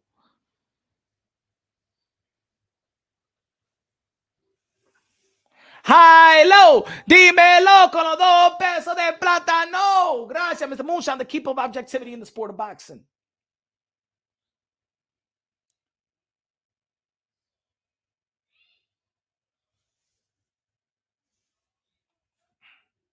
That's just a bad for the Charlos. The Charlos, they've been asking for this. They should be ready. I think Jermell Charlo was ready, Boxing Magic. I think Jermell Charlo is highly ready. I think he's more ready than what people think. Is Canelo Alvarez ready? Is Canelo Alvarez ready? Because I've been hearing excuses coming from the Canelo Alvarez fan base. I have no excuses for Canelo Alvarez. When he lost to Bivol, I say, you know what? Get back to the drawing board and get that rematch. I ain't want a little Triple G trilogy. And then they say, but the fans would be like, no, but Triple G, he's fighting better opposition than everybody else. It's always to debunk.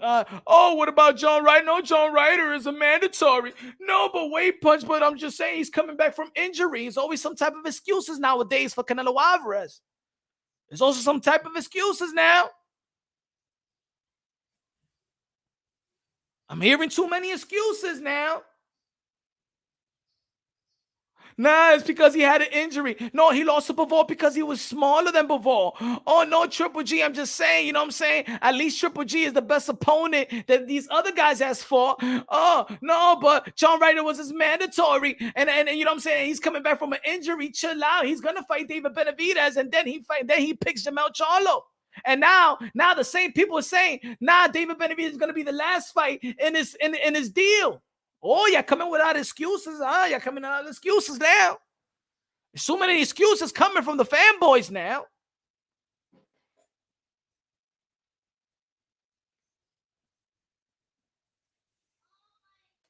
Exactly. Canelo's intentions were undisputed at 175, but Bivol put a stop to those plans. And you know what? I don't even know if that was the intentions, because they had the Triple G trilogy. What I'm saying, Flex, what I'm saying also is they're moving in a different way, because if the intentions was to be undisputed at 175, that they would have never fought Triple G the trilogy.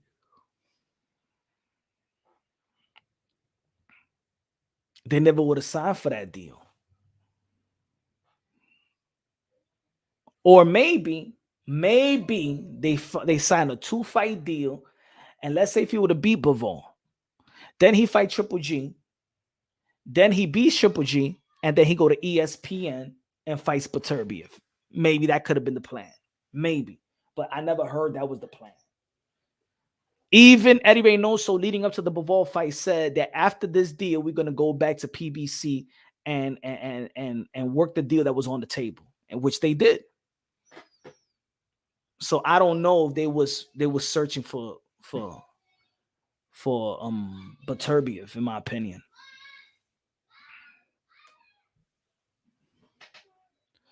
Charles Edward Cheese.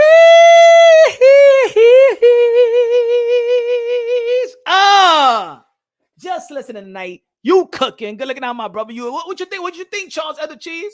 What you think what I'm saying, though? What you think? Do you think that Canelo Alvarez is going to have his Roy Jones Jr. moment September 30th? Or you don't think that Jermell Charlo is the guy to give him that? You think it got to be like a guy like David Benavidez or Dimitry Andre? What you feel, Charles Edward Cheese? Participate. You think I'm out the rim? You think it doesn't make sense?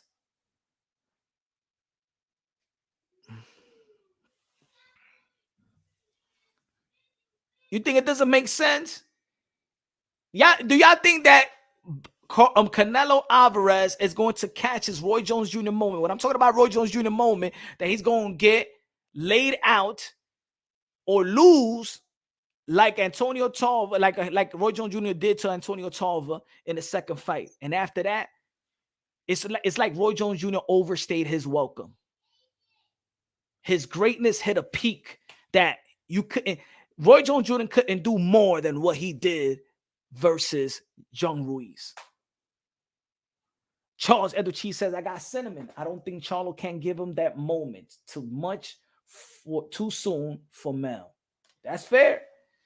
That's fair. I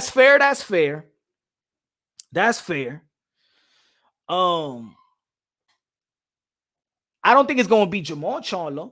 I think if it's anybody from the Charlo, it's going to be Jermell. And David Benavidez and Dimitry Andre, the win of that fight Canelo Alvarez is going to be huge. And I think that leading up to a fight, having those type of experience, David Benavidez fighting Caleb Plant, David Benavidez fighting Dimitry Andre, even though Dimitry Andre is a way different type of fighter than Canelo Alvarez. If I could see David Benavidez, even forget about if he stops Dimitry Andre. Y'all already know who I got in that fight. Shout out to Boo Boo. But if David Benavidez wins a 12-round bout with Dimitry Andre in terms of matching him, outboxing him, I'm going to say David Benavidez is a whole different type of beast. Forget about the knockout. I already know he can knock people out. But if he can outbox a Caleb Plant and then a Dimitry Andre, then his IQ, then I'm going to say he's one of the smartest fighters in this game, bro. Because I'm going to tell you like this, I don't give a damn how y'all feel about Dimitry Andre. Dimitry Andre is one of the difficult puzzles in the sport of boxing to figure out. He don't lose fight. Matter of fact, it's not about him losing fights. He don't lose rounds. He don't lose rounds. I could count probably how many rounds he lost in his career. In 15 plus years career, how many rounds he lost. He don't even lose rounds, bro. Like, David Benavidez didn't look like the Mexican monster, but I'm going to tell you like this. I took away a lot of what David Benavidez and he did the Caleb Plant. That 12 rounds showed me he got a lot of stamina. And if you want to compare, you know what I'm saying, Canelo Alvarez, not the performance of Canelo Alvarez and Caleb Plant and David Benavidez and Caleb Plant, but see that stamina to me is a big issue with Canelo Alvarez, in my opinion. Vaughn in the building was good, man. But Charles, she said, I got cinnamon. I don't think that Charlo can give him that moment. Too much soon for Mel. Maybe he hasn't, maybe because, you know what I'm saying, he's going up in weight. I don't know. He's been in the gym he's been in the gym a long time. You know, maybe he got used to the weight in the training camp. We'll see.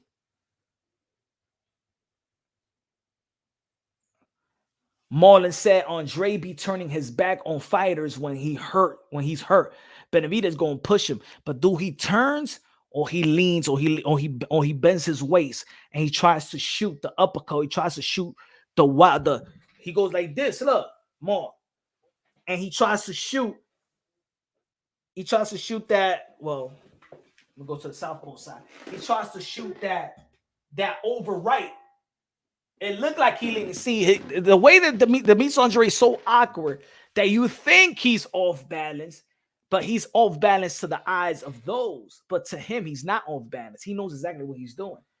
When he throws that jab, when he bends down, he comes right. He bends down. He switches footwork. He hits with an uppercut. Switches the footwork when he goes like that. I want to do the demonstration of the awkwardness of Dimitry Andre. I got to do it in a heavy bag. Jackie, con lo queso.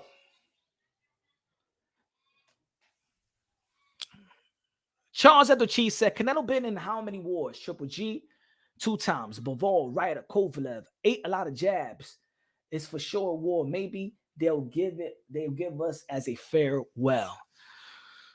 Oh, man. David Benavidez is for sure a war. Maybe they'll give it as a farewell.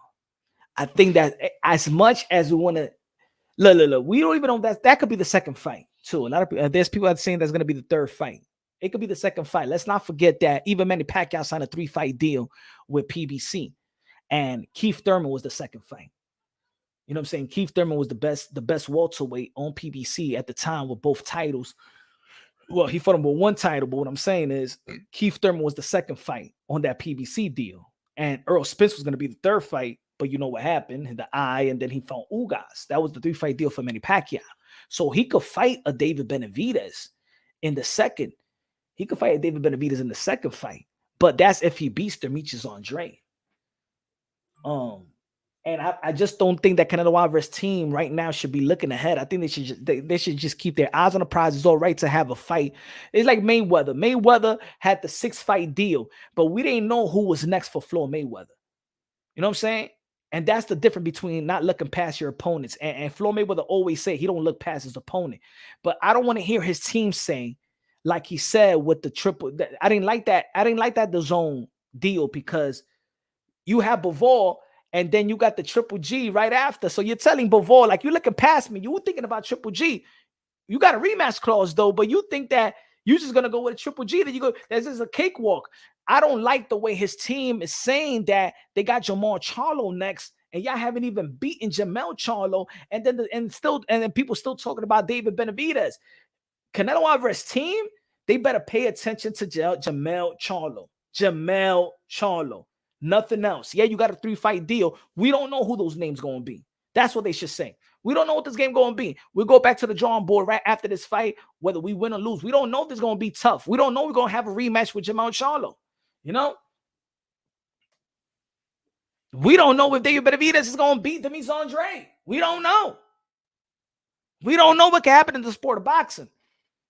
Shit, I thought I was going to get Anthony Joshua or Deontay Wilder by now. I never got it.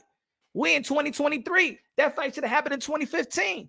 8 years down the line, we're going almost in a decade. We don't know. I don't think Canelo Alvarez team should look past Jermell Charlo. Exactly. They did. I thought that Canelo Alvarez was going to be Dimitry Bivol. I predicted that. I think many overlook, even the betting lines overlook Dimitry Bivol. They felt like he was bigger, but in all actuality, Dimitry Bivol is not a knockout artist. So they didn't think that since Kovalev is a knockout artist and he didn't hurt Canelo, they didn't think that Dimitry Bivol was going to hurt Canelo, his team, nor him. And that's why he was punching the arm. He was trying to break him down like he broke everybody else down. He thought it was going to be easy. Eddie Hearn thought it was going to be easy. They already was talking Triple G trilogy. They already was talking. They overlooked a Dimitry Bivol. And if they're talking about Jermall Charlo next already, they looking past Jermell Charlo. They looking past his brother. That's the way I see it.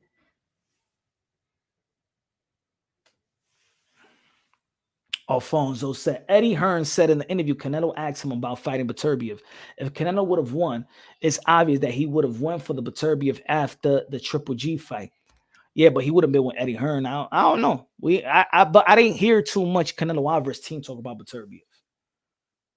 I didn't hear his team talk about Beterbiev. And they had the chance to go to ESPN anyway, remember? They had a chance to work to try to get a deal with ESPN. They went with the deal that they went with a deal which they was comfortable. They thought it was going to be easy with Bivol. They already got in the ring with Triple G, and they feel like he's old. That could be beaten. They went with they thought. Not saying that that was easier than the PBC. What I'm saying is, I think the team thought ahead of a Dimitry Bivol fight.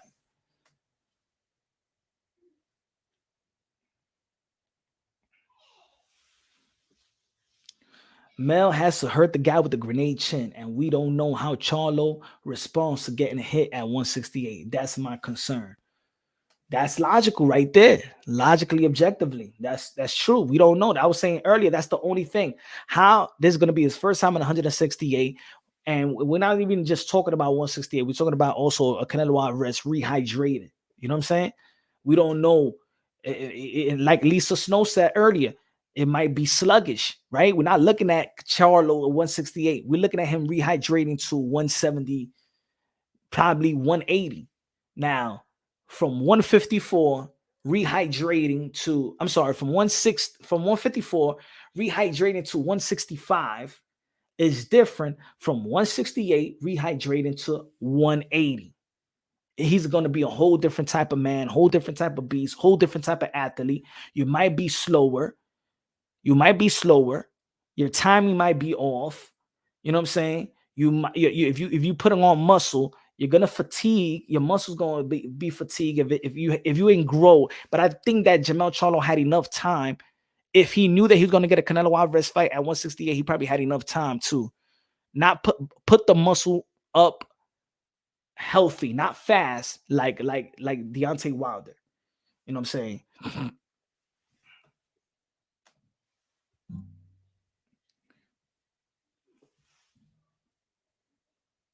Charlo versus Triple G show would be awesome. I wanted to see a Jermell Charlo versus Triple G at 160 and then climb up gradually.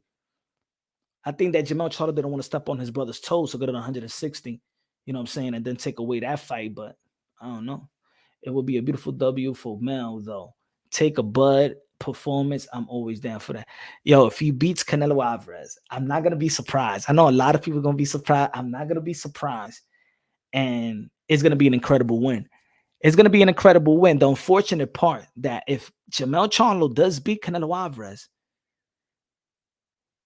like, remember what I said, the Roy Jones Jr. moment. I'm not just talking about the Roy Jones Jr. moment when he got knocked down with Los Antonio Tarver, but what did the people felt about Roy Jones Jr.?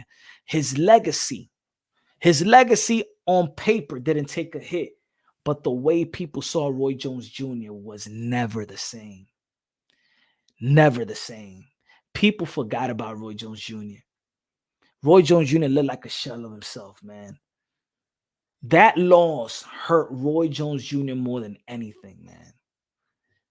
Because Roy Jones Jr. was a superhero, bro. Roy Jones Jr., when he beat John Ruiz, was a superhero, man. And when he came back down to Antonio Tarver, and to be honest, as a Roy Jones Jr. fan, I wanted him to retire. I didn't want Roy Jones Jr. to give Antonio Tarver a rematch. I wanted Roy Jones Jr. to leave on the sunset because I knew that everybody will be saying he's probably the greatest of all time. That was the talk of Roy Jones Jr. Remember, Roy Jones Jr. was the fighter of the decade. If he would have retired after that John Ruiz fight, we'll be talking about arguably the greatest of all time, Roy Jones Jr. That loss to Antonio Tarver took a dip so much that Roy Jones Jr. went from the toss of one of the greatest of the greatest of all time to top 20. That loss. And then followed up with the Glenn Johnson loss. But why? He got nothing left to prove. Look who he was fighting after.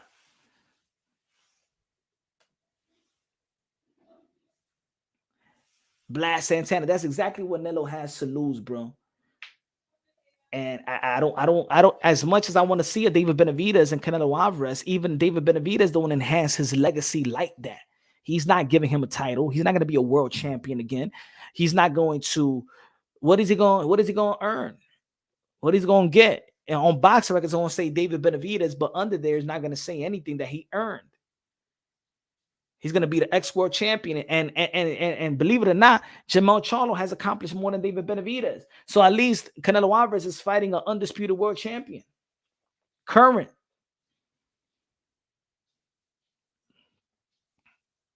Canelo Alvarez may have overstayed his welcome. Canelo Alvarez turned pro at 15. He has separated himself from his contemporaries, especially in the 160, 168. He has separated himself from his contemporaries. That's why I was in support of him fighting Badou Jack. Because if you fight Badou Jack, I know he had the potential to become the opportunity to be a 5 division world champion. Now, these fights right here, you're talking about Jermell. This is more for Jermell than Canelo Alvarez. Jermell Charlo's in a win-win situation, meaning Jermell Charlo, if he puts up a great fight and goes a whole 12 rounds with Canelo Alvarez and questions the people if who really won, it's a plus for Jermell Charlo. Jermell Charlo going to capitalize off that. For Canelo Alvarez, he's in a lose-still situation, in my opinion. Good looking out, Blas Santana. Appreciate you. Yep. He just kept waiting way too long. Floyd record should be 48, 1-1 McDonald. Whoop that boy.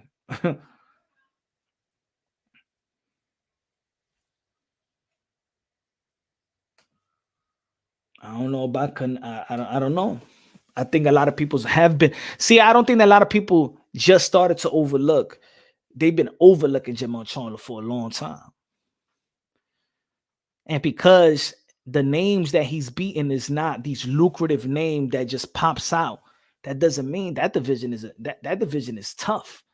That division, you know what I'm saying, in my opinion, is tough. It got a lot of skills in that division. The question is, does it have a lot of dog in that division? It has a lot of skillful fighters in that division. Lara was there. Trout was there. You know what I'm saying? Dimitry on Bubo Andre was there. Canelo was there at one time. Come on.